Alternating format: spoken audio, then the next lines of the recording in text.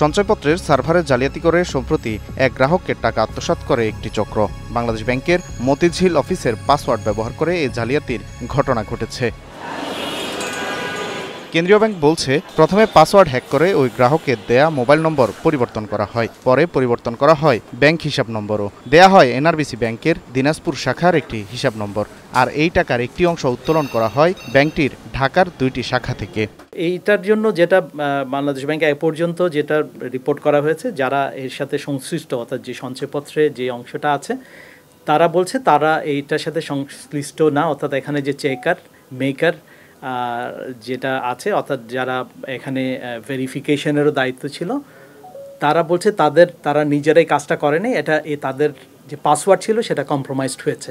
এ ঘটনায় রাজধানীর মতিঝিল থানায় একটি মামলা করেছে বাংলাদেশ ব্যাংক।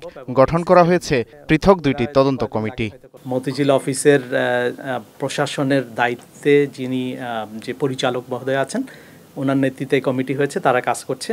এবং আরেকটা হয়েছে অর্থ মন্ত্রণালয়ের পার্টে,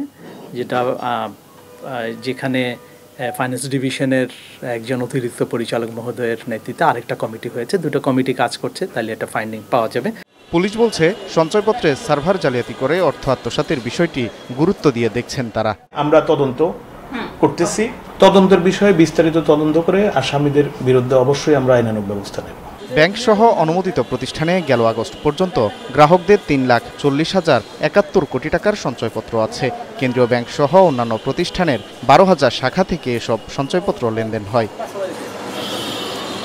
ওয়ালিদ সাকিব, স্টার নিউজ, ঢাকা।